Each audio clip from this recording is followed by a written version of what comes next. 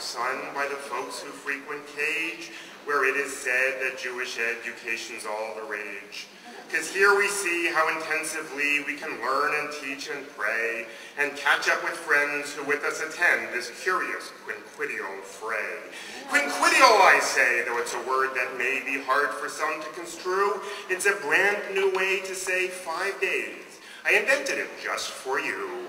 A more accurate way to describe your stay is one that might make you laugh. Quattro de medial's a word that's not often heard. It means 4 days and a half. But I've made a mistake, for I shouldn't take up your time this evening with this, though I have to say the number of days is just about 4 2/5. No, my poem for you is meant as a review of what it is you've done, and also a clue of what's in store for you, a taste of what's to come. By plane and by car, from near and from far, on Sunday you all arrived. For the people that knew a soul or two, 'twas a time for friendships revived. And those that did not quickly joined our lot of those who now agree that CAJE is the place where every face is one you want to see.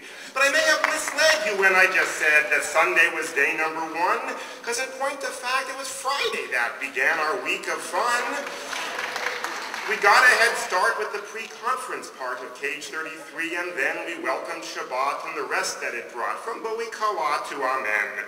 But 80% of you all spent Shabbat at home, not here, and only arrived on Sunday, though I've been trying to make it clear that my job right now is not to tell you how you've spent your time in VT, and also to say in my rhyming way how the conference seems to me. But even before I open that door, I think it's only fair that I publicly thank Mr. David Frank, a man who has the rare and precious trait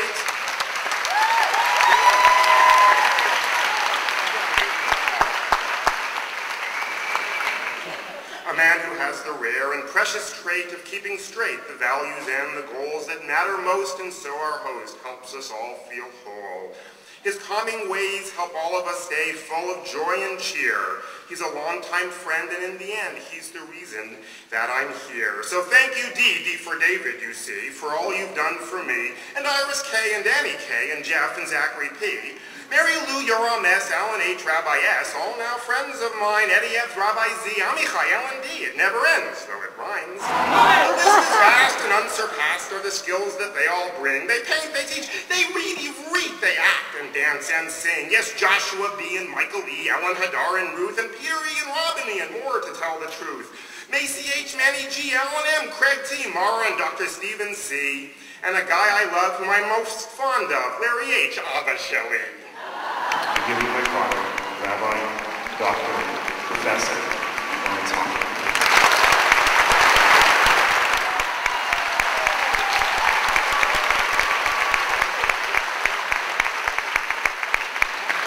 Not to be missed are 2 more in the list, 2 wonderful Jewish souls, Abigail E. and Melanie B. They both played important roles. This is year 3 of Abby and me working together in fun, and what a treat it's been to meet her and work to get things done.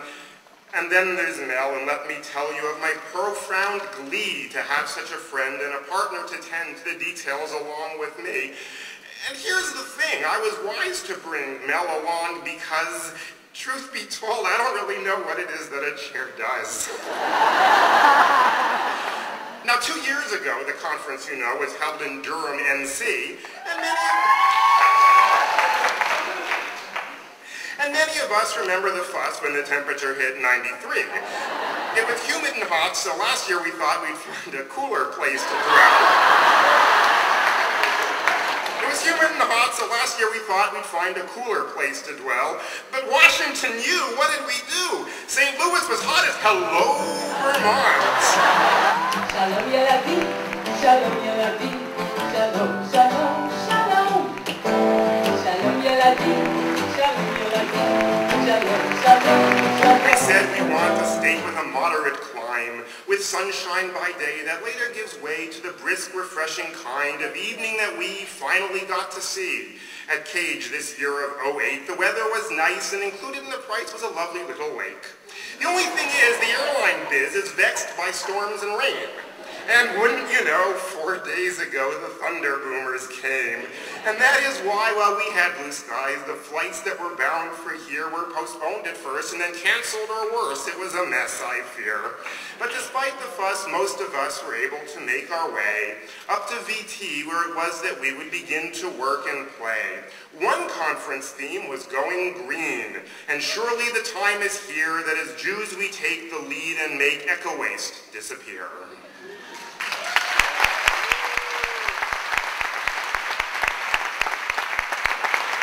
And then for 2 days we changed our ways and asked the question, what if? We concocted a scheme to put a team in a bowl as though they were fish. Not real fish, you know, but experts who told us what the future holds. They said our schools should be retooled to give schools more central roles. We talked of God and other odd and sundry Jewish things, like whether we can always be spiritual human beings, and what it means when it sometimes seems that our numbers dwindle down, and how it is that the ed school biz can make smiles out of frowns. Yes, teachers taught and thinkers thought and speakers spoke their mind, and thrice each day we made our way toward delightful food and dined. And all of this educational bliss, and a little conflict too, was tailor-made and then arrayed cross campus, just for you. I'd like to add that I'm personally glad that the chairs were Mel and I, or Mel and me, but it's hard, you see, to rhyme and still speak proper lie. Yeah, I don't know.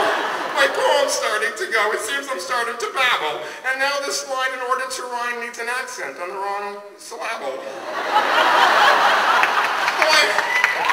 Though I've not yet begun to recount the fun or fill in each detail, already this rhyme is on its decline with words and rhymes that fail. So while I could, I suppose, continue in prose until the hour is late, I'll close with one thought and then I'll stop. There's a story I'd like to relate.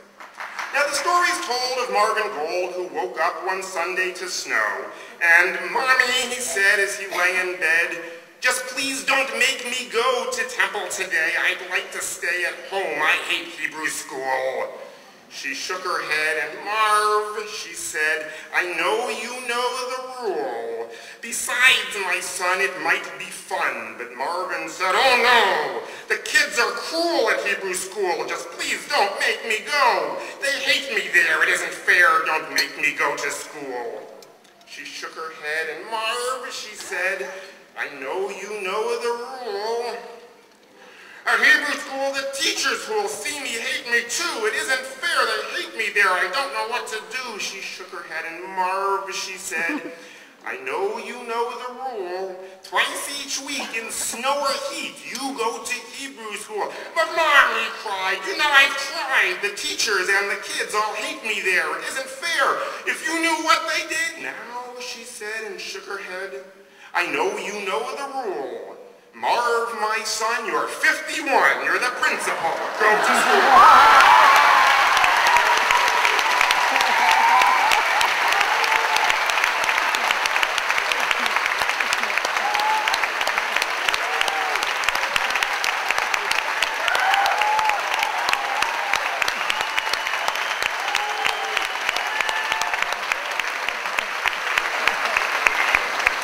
Now it's clear, I hope, that I tell this joke as we prepare to leave, to spur you on to a brighter dawn, to urge you to conceive of what someday the students will say, of what we'll someday hear.